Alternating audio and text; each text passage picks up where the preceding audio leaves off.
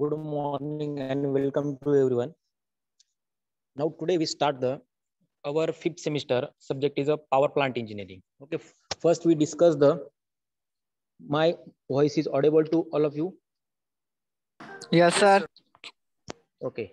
Now today we start the introduction of power plant engineering. Okay. First we taken which type of unit we are discuss in a power plant engineering. Then we start next lecture directly our first unit, introduction of power plant. Okay.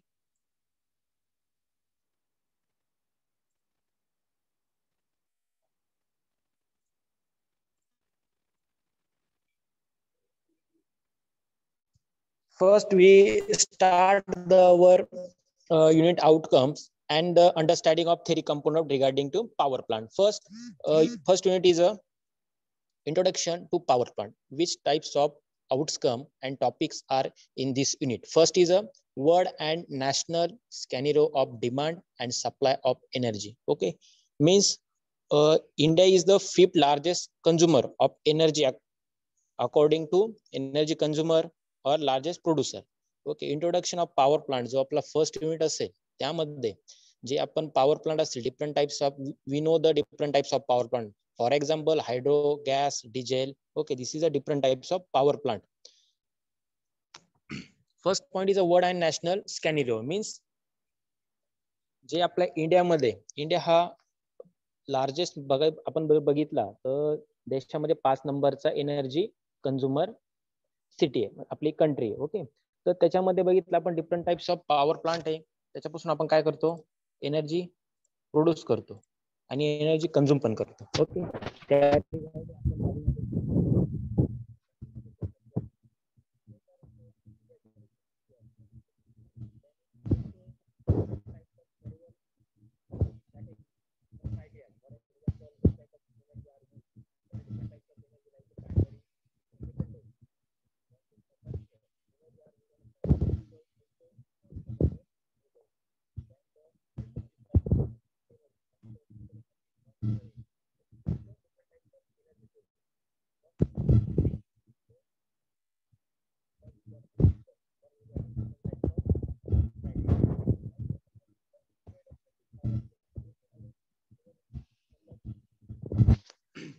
our unit name also is a introduction of power plant. तुम्ही जर बघितलं की आपलं unit जे आहे introduction of power plant, ते first unit मध्ये आपण जे different types of power plant use करतो त्या एनर्जी पण आपण जे करतो जे रिन्युएबल असेल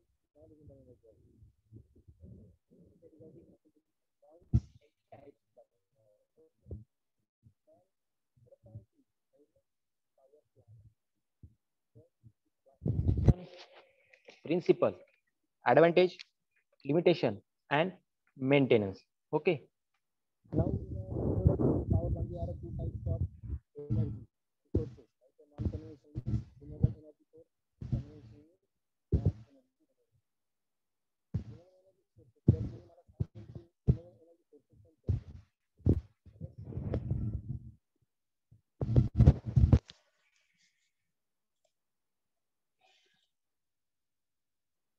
चुकलं तरी चालेल. जे रिन्युएबल एनर्जी सोर्सेस आहे ते कोणकोणते एनर्जी सोर्सेस आहे?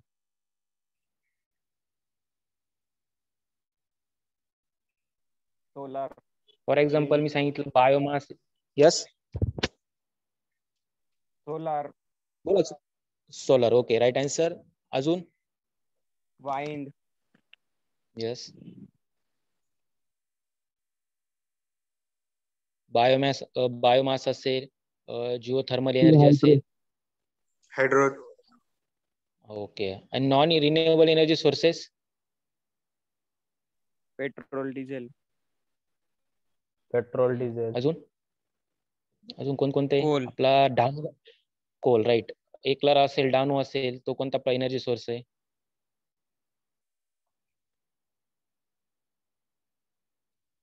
थर्मल एनर्जी असेल आणि न्यूक्लियर एनर्जी असेल. Okay, this is the different two types of sources, renewable और नॉन रिन्युएबल एनर्जी.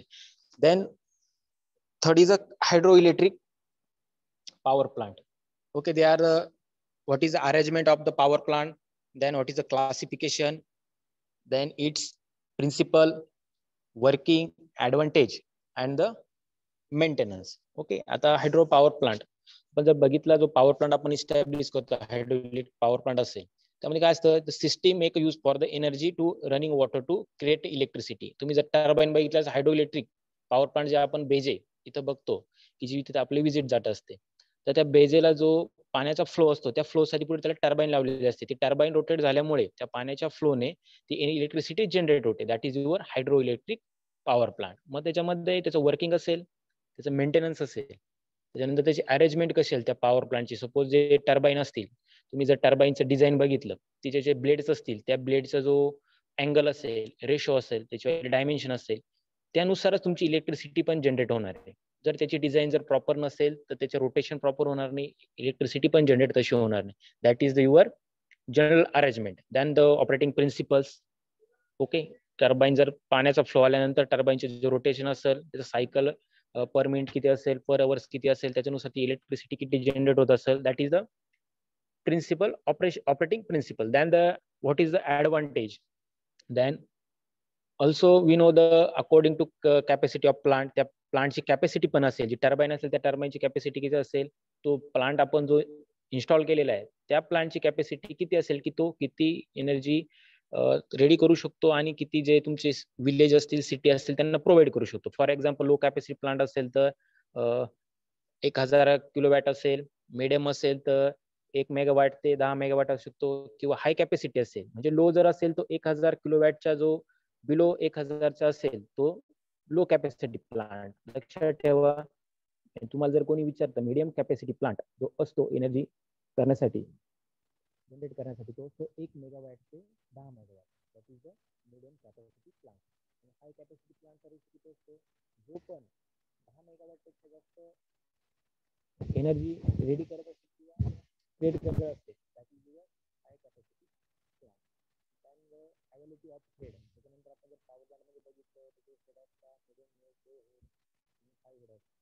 त्यामुळे असते नेचर ऑफ लोड. लोड किती असेल, आपण जेव्हा इन्व्हेस्ट स्टार्ट करणार तर डीप मध्ये आपण ते डिस्कस करणार. ओके, देन तुम्हाला माहिती असेल की ऑपरेशन आपण बघितले, तर प्रिन्सिपल दिले, त्याच्यानंतर त्याचा वर्किंग असेल, ऑपरेशन असेल, तर ते ऑपरेशन साठी त्याचा काही प्रोसेस असते, like potential energy, kinematic energy, mechanical energy आणि इलेक्ट्रिकल एनर्जी. तुम्ही जर बघितलं की आपण मेकॅनिकल एनर्जी म्हणजे जर टर्बाईनचं जे रोटेशन असतं, पाण्याचा जो वॉटरचा फ्लो असतो, फ्लो आल्यानंतर आपण ती मेकॅनिकल एनर्जी इलेक्ट्रिक एनर्जी मध्ये कशी कन्वर्ट करतो, त्याच्या रिगार्डिंग काय वर्किंग असेल ते आपण बघणार आहे. त्यानंतर सगळ्यात महत्त्वाचं ऍडव्हान्टेज असेल, लिमिटेशन असेल आणि मेंटेनन्स असतील. ओके, त्याच्यासाठी जर तुम्ही बघितलं ऍडव्हान्टेज काय पाहिजे, वॉटर रिझर्व्हर म्हणजे जी पाण्याची कॅपॅसिटी असेल, डॅम्प असेल तर ती वॉटर कॅपॅसिटी आपल्याला पाहिजे. त्यानंतर पेन स्टॉक असेल, पॉवर हाऊस आपल्याला गरज असेल, त्याच्यानंतर हायड्रोलिक टर्बाईन पण आपल्याला लागणार आहे. Okay, this is the advantage for the using the hydraulic power plant.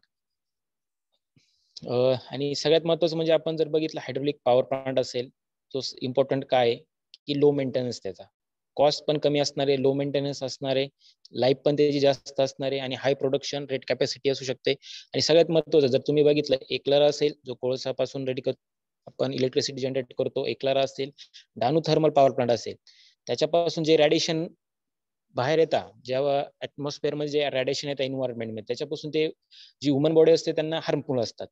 Okay, त्याचा पर्पज काय असतो, पोल्युशन फ्री नसतात. पण जो आपला हायड्रोलिक पॉवर प्लांट असेल हा पोल्युशन फ्री असतो. Okay, now next point is a diesel power plant. Then also same as compared to your hydraulic electric power plant. What is the introduction, then component, diesel operating set and maintenance. Okay, this is the your diesel electric power plant. आपण बघितलं की hydro electric power प्लांटची कॅपॅसिटीचा ratio कसा असतो, low असेल तर 1000 केव्हीच्या, below 1000 kV असेल तर तो असतो तुमचा लो, मिडियम असेल तर 1 मेगावॅट ते 10 मेगावॅट, आणि 10 मेगावॅट पेक्षा जास्त असेल तर तो हाय कॅपॅसिटी पॉवर प्लांट असतो. तसेच डिझेल इंजिनचं काय असतं, ती रेंज असते. Diesel engine power plant is the range of 2 to 50 megawatt, म्हणजे आपण 2 असेल, 2 असेल तर 50 मेगावॅट पर्यंत त्याची कॅपॅसिटी असते. That is the central station for the small supply. Okay, that is the capacity of diesel electric plant. त्याच्यामध्ये आपण बघणारच नंतर deeply different types of part कोणते असतील, अरेंजमेंट असेल, फ्यूल सिस्टीम असेल, कूलिंग सिस्टीम असेल, लुब्रिकेशन सिस्टीम असेल. सर्वांना व्हॉइस क्लिअर येतोय ना?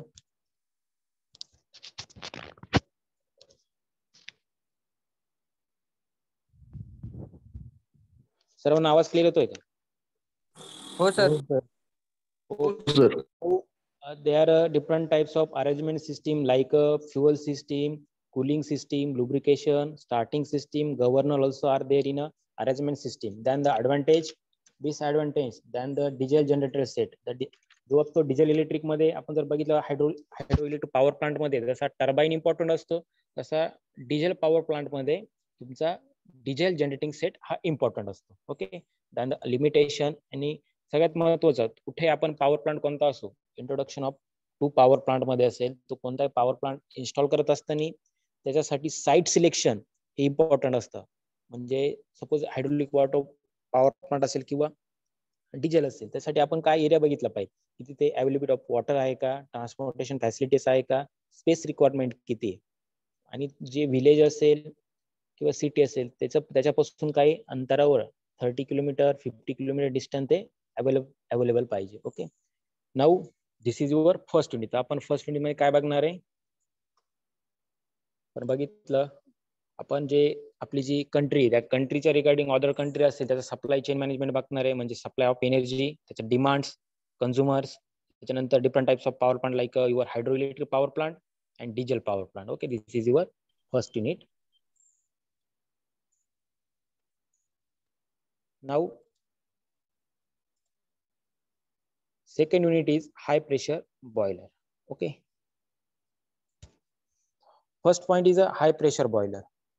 First we know the introduction to boiler like according to Indian boiler means IBR like a Regulation Act 2007 means boiler is a closed pressure vessel in which steam is generated capacity like a 50 liters. तुम्ही बघितलं की कोणताही boiler असेल आपल्याकडे पण mini thermal power plant तुम्ही जर workshop मध्ये बघितलं असेल तर मिनी थर्मल पॉवर प्लांट आहे. तर जो बॉयलर असतो त्या बॉयलरची कॅपॅसिटी डिसाइड करावी लागते.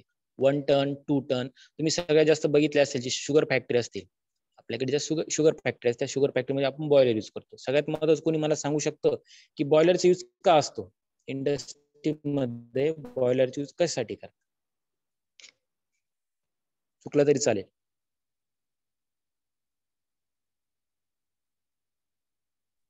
पाणी गरम करायला.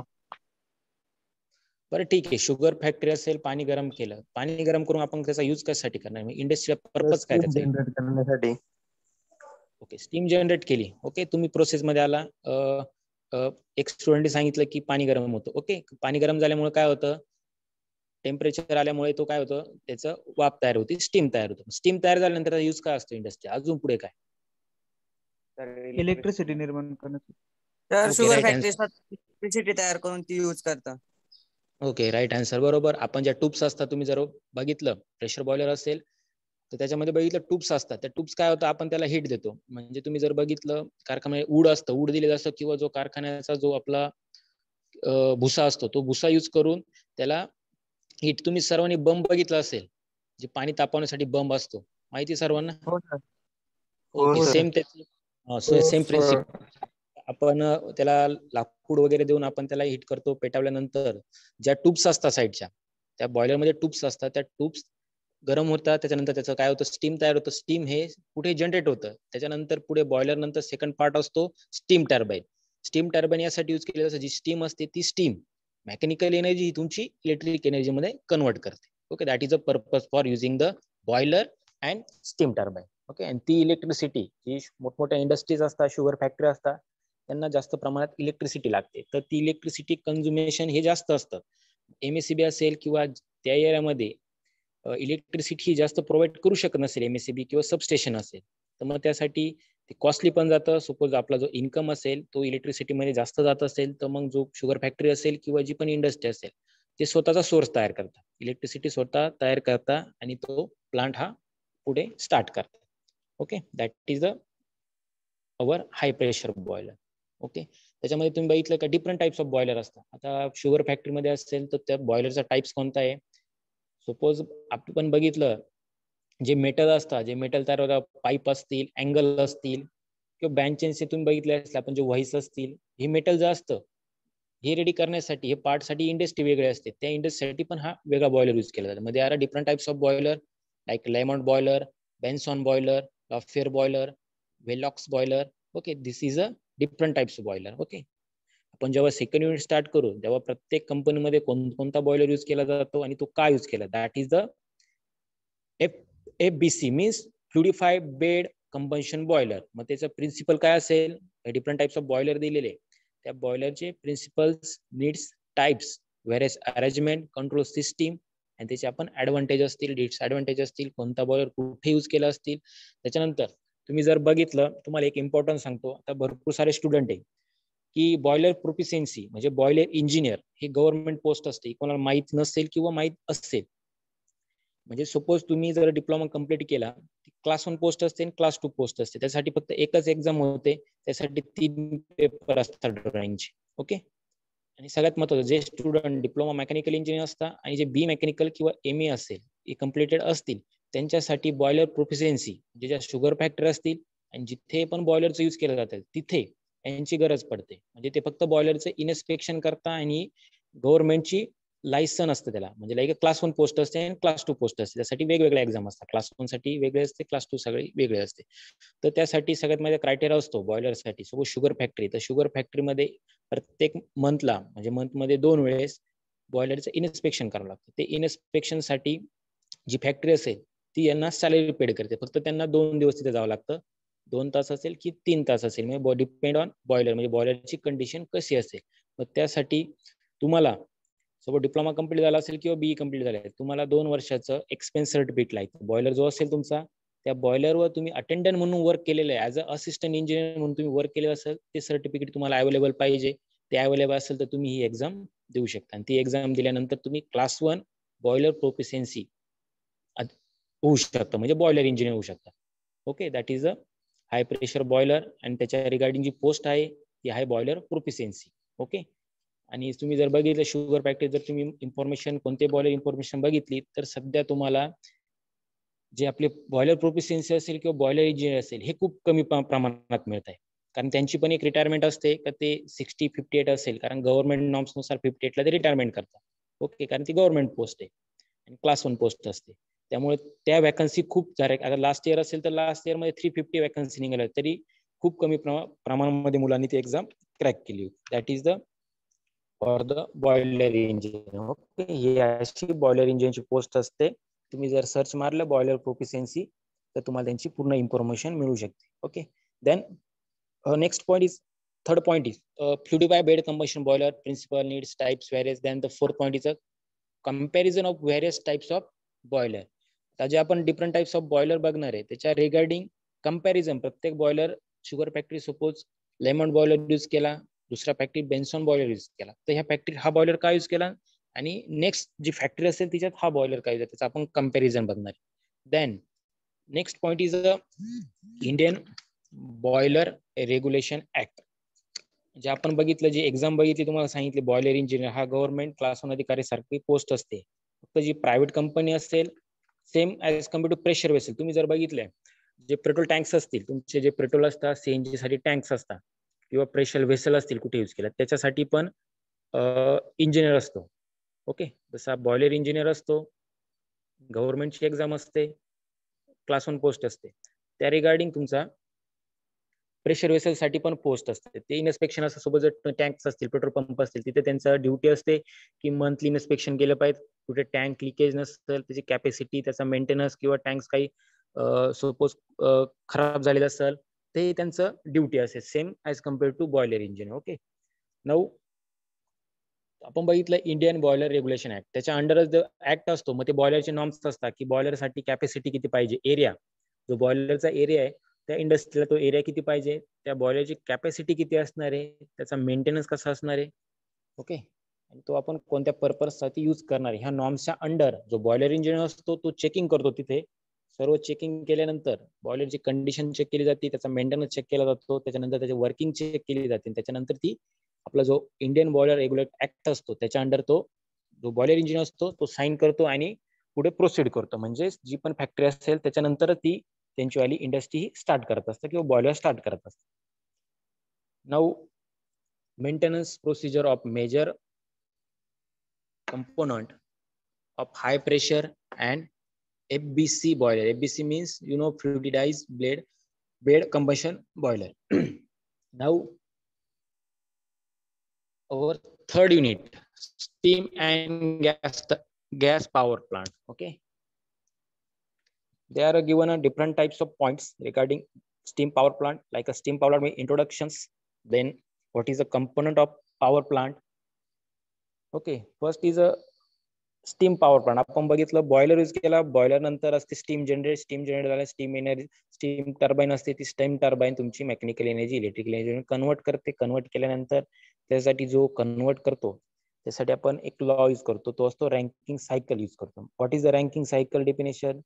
Energy and the steam is the condensate in a condenser and recycled to where it was heated is known as a ranking cycle. Simply म्हणजे तुम्ही जे वॉटर असतं, वॉटर हीट केलं जातं, ते स्टीम केलं जातं, स्टीमचं कन्वर्जन इलेक्ट्रिसिटी होतं. That is the steam power plant. Okay, जसं आपण पाण्याचा यूज करतो हायड्रोलिक पॉवर प्लांटसाठी, त्या पाण्याच्या जे वॉटरचा फ्लो असतो त्याच्यामुळे टर्बाईन रोटेट होऊन इलेक्ट्रिसिटी जनरेट होते, ते स्टीम मध्ये होतं. तुमचं वॉटर हीट केलं जातं, हीट केल्यानंतर स्टीम टर्बाईन कडे ते प्रोसीड केलं जातं आणि स्टीम टर्बाईन इलेक्ट्रिसिटी जनरेट करतात. And then what is the component for the steam power plant? Like a boiler, furnace, coal, ash. This is the component. Suppose now next point is a fluid handling system. Fluid handling system in a power plant types and component. Okay, आपण बघितलं की जे power plant असतील त्याच्यासाठी fuel गरजेचं असतं. काही प्लांटसाठी तर डिझेल असेल तर फ्यूल गरजेचं असतं. तर त्याची कॅपॅसिटी कशी असेल, त्याची प्रोसिजर कशी असेल, त्याचे कंपोनंट काय असतील, that is the regarding second number point for the steam power plant. Now third is the electrostatic participant then control system of power plant. Okay, त्याच्यानंतर आपण बघणार की कंट्रोल सिस्टीम पॉवर प्लांट मध्ये कंट्रोल सिस्टीम कसे असते, त्याचे element असतील, types असतील, कॅरेक्टर्स असतील.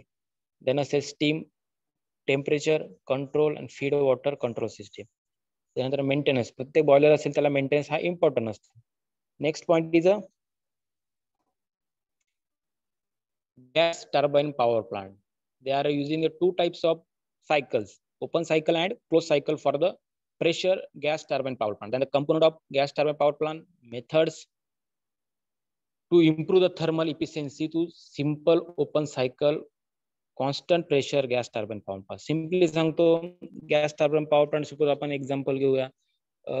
कंपोनंट बघितले आपण, थर्मल पॉवर प्लांट असतील, थर्मल पॉवर प्लांट मध्ये कंपोनंट असतात, डिफरंट टाइप्स ऑफ कंपोनंट. मग कोणकोणते असे बॉयलर असेल, थर्मल पॉवर प्लांटची इलेक्ट्रिसिटी जनरेट करण्यासाठी coals, ash, high pressure boiler important असतो. Then condenser, cooling tower. This is the different types of component are we are using in a thermal power plant. Okay, then next point is what is the advantage and maintenance. And also we are using the fluid handling system. Fluid handling system means they are the need to store at the various stage of the preparation process, like your which types of process are used. First one is coal delivery. आपण जर fuel handling बघितलं तर आपल्याला suppose thermal power plant असेल तिथे कोलची गरज असते. तुम्ही जर डहाणू पॉवर प्लांट जर बघितला, त्याचं जर तुम्ही युट्यूबवर सर्च केलं, त्याची लेआउट जर बघितला, त्याचा जर प्लांट जर बघितला, तर तिथे कोल जे असतं ते डायरेक्ट रेल्वेने येत असतं. ओके, तशी त्यांनी सिस्टीम केलेली आहे.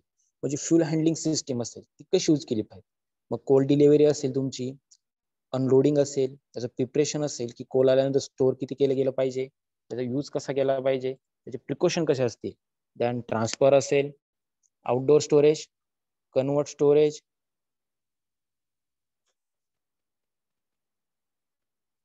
त्याच्यानंतर असेल इम्प्लांट हँडलिंग असेल, त्याचं वेट असेल, मेजरिंग असेल, जे कोल येतं त्याची हँडलिंग कशी केली पाहिजे, प्रिकॉशन काय. That is your fuel handling process. Okay, now our fourth unit is, this is the third unit. They are given only two power plant introduction, like a gas power plant and steam power plant. Now fourth unit, waste heat recovery in a thermal power plant. Then what is the needs opportunity and the present practice. Waste heat recovery means though growing the trends increases the fuel. Okay, म्हणजे जी weight process असते ती काय असेल, जी thermal energy असेल, thermal energy म्हणजे beneficial purpose असतील, म्हणजे तुमची जी इलेक्ट्रिसिटी जनरेट होते, लाईक स्पेस हिटिंग असेल, वॉटर सप्लाय असेल, ग्रीन हाऊस असेल, हे जे वेस्ट हीट रिकव्हरी सिस्टीम असते, तीन गोष्टी त्याच्यामध्ये मोडत असतात. आपण जेव्हा युनिट 4 स्टार्ट करू त्याच्यामध्ये आपण ते डीपली ते बघणारच आहोत. Now co-generation and tri-generation. Okay, this is the also opportunity of waste heat recovery.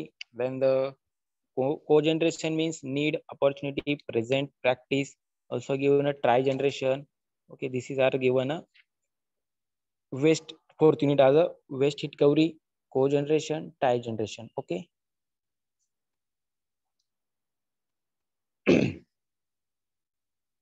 आपण जे फोर्थ युनिट स्टार्ट करणार आहे, फोर्थ युनिट स्टार्ट करू तेव्हा वेस्ट हिट रिकव्हरी म्हणजे काय. आता को जनरेशन असेल, ट्राय जनरेशन, आपण रिन्युएबल एनर्जी सोर्सेस जर बघितले की सपोज जे वॉटर आहे तुमचं, आता फॉर एक्झाम्पल को जनरेशन आणि ट्राय जनरेशन रिगार्डिंग एक्झाम्पल देतो. Suppose hydro electric power plant असेल तुमचा, तर तुम्ही जे वॉटर आहे, जे वॉटर टर्बाईनवर यूज केलं, ओके, जे वॉटर टर्बाईनवर यूज केलं, ते वॉटर यूज केल्यानंतर सपोज टर्बाईनवर तो वॉटरचा फ्लो गेला, इलेक्ट्रिसिटी जनरेट झाली, ते वॉटर तुम्ही परत रियूज करू शकता. बरोबर. तुम्ही जर डॅमचे 3 स्टेप ठेवल्या, म्हणजे 1 टर्बाईन लावली, 2 टर्बाईन आणि 3 टर्बाईन जर लावल्या, तर जे वॉटर फर्स्ट टर्बाईन आल्यानंतर परत इलेक्ट्रिसिटी जनरेट होईल. तेच वॉटर जर सेकंड टर्बाईन गेलं तर परत इलेक्ट्रिसिटी जनरेट मीन्स को जनरेशन झालं. तेच वॉटर जर परत यूज करून थर्ड आलं, कारण त्याचा लॉस कोणताच होणार नाही, वॉटरचा लॉस हा होणार नाही, कारण तो टर्बाईनवर जो इम्पॅक्ट करेल परत ते वॉटर पुढे दुसऱ्या टर्बाईन इम्पॅक्ट करेल, तेच वॉटर तिसऱ्या टर्बाईनला जाणार. म्हणजे को generation first is a co, second is a turbine is a cogeneration and third is a trigeneration. म्हणजे तेच वॉटर आपण 2 ते 3 वेळेस यूज करून इलेक्ट्रिसिटी जनरेट करू. दॅट इज युअर को generation and tie generation. Okay. जसं तुम्ही बघितलं की स्टीम टर्बाईन मध्ये बघितलं तर वॉटर जर आपण स्टीम केलं तर स्टीम केल्यानंतर वॉटर आपल्याला को जनरेशन किंवा ट्राय जनरेशन आपण करू शकतो. That is a difference regarding to cogeneration and trigeneration. Now the fifth unit is a nuclear power plant.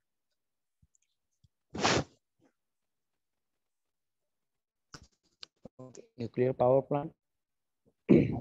Which points are given in a nuclear power plant, like a classification, then the general arrangement, operating principles. And in a nuclear power plant, which types of fuel are used, which types of reactor are used, also we discuss in a unit fifth.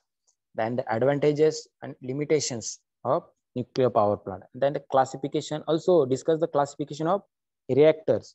पण nuclear power plant मध्ये कोणतं fuel use करणार, कोणतं reactor use करणार, that is a depend on the your neutron energy and fuel use, like a natural use, like a heavy waters, graphite, this is your natural fuels.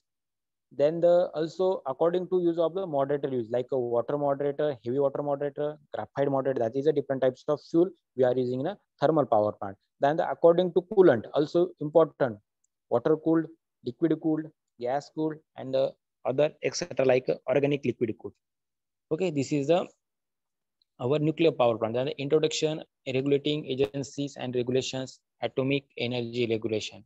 तुम्ही जर बघितले बाबा atomic असेल, त्याच्या आपण बघितले इंडियन बॉयलर रेग्युलेशन ऍक्ट असेल, त्याच्या रिगार्डिंग काय ऍक्ट्स असतात, गव्हर्नमेंट ऍक्ट्स असतात, त्याच्या रिगार्डिंग आपल्याला जे असतील कोड्स असतील, प्लांट्स इन्स्टॉलमेंट असेल, स्पेस रिक्वायरमेंट, वॉटर, कोल, त्यानंतर प्रिकॉशन, आणि मोस्ट इम्पॉर्टंट जर थर्मल पॉवर प्लांट असतो तो जे विलेज असतील त्या विलेज पासून काही डिस्टन्स वर आपल्याला तो इस्टॅब्लिश करावा लागतो, इन्स्टॉल करावा लागतो. ते क्रायटेरिया असतील ते आपण या नॉर्म्स मध्ये डिस्कस करणार. Now the last and sixth unit is economical analysis of power plant.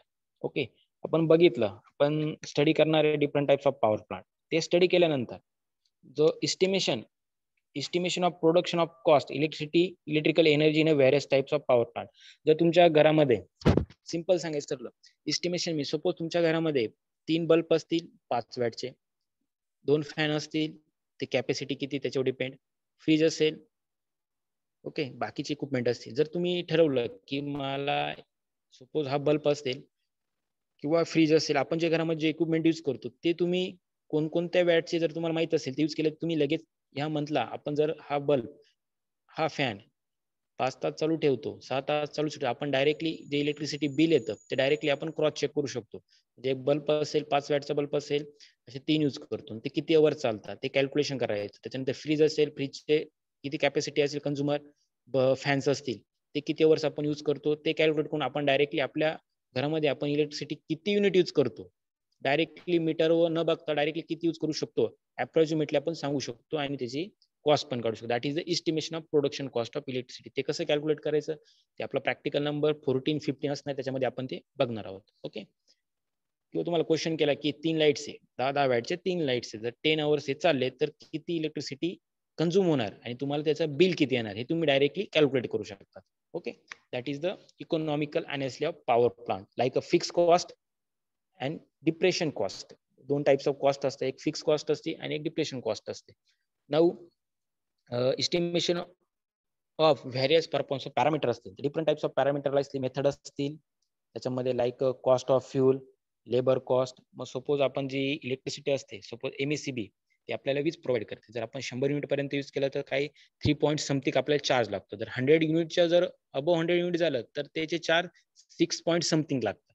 ते कशासाठी? कमर्शियल साठी. सपोज एक आपले घर असेल किंवा आपले जे फार्मर असतील त्यांच्यासाठी हा युनिट लागतं. पण तुम्ही इंडस्ट्री पर्पज जर बघितला, जे युनिट रेट असतात, युनिटचे रेट असतात जे 0 to 100 युनिट असतात ते हे जास्त असतात, लार्ज असतात ऍज कम्पेअर टू कमर्शियल. म्हणजे तुम्ही जर बघितलं त्याच्या कम्पॅरिझनला हे जास्त असतं. आपल्या घरात जर बघितलं, जर तुम्ही बघितलं 100 युनिट पर्यंत जर तुमचं आलं लाईट बिलचे युनिट जर आलेले असतील तर तुम्हाला इंटू बॅक साईडला दिले 3 point something per unit charges असतात. म्हणजे एका युनिटचे ते 4 रुपये, सपोज 4 रुपये युनिटचे चार्ज घेतात. मग तुमचं 100 युनिट झाले तर 400 रुपये तुम्हाला बिल येतं. पण तुमचं जर युनिट 105 झालं, युनिट जर 105 झालं तर त्याला डायरेक्ट इंटू 7, म्हणजे एका युनिटचा चार्ज तुम्हाला 100 युनिट गेल्यामुळे 7 चार्ज लागतो. आणि जे इंडस्ट्री असेल त्यांच्यासाठी हा चार्ज अबो 50 असतो. ओके. याच्यानुसार मग जे चार्जेस लागतात ते आपण बघणार आहेत की चार्जेस जी MSCB असेल त्याच्यामध्ये ते चार्ज कोणकोणते इन्व्हॉल्व करतात.